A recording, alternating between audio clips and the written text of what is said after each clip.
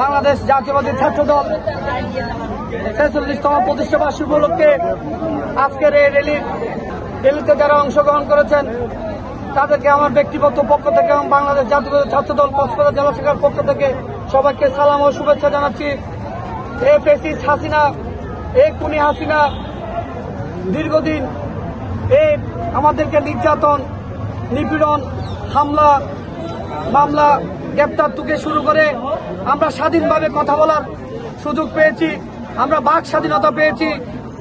আমরা এই হাইনার হাসিনা আমাদেরকে প্রতি পদে পদে হয়রানি স্বীকার করত। আমরা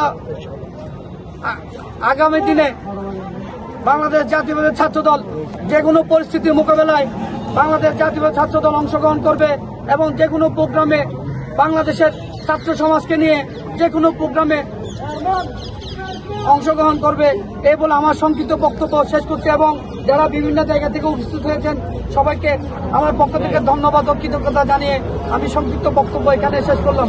আসসালামু আলাইকুম।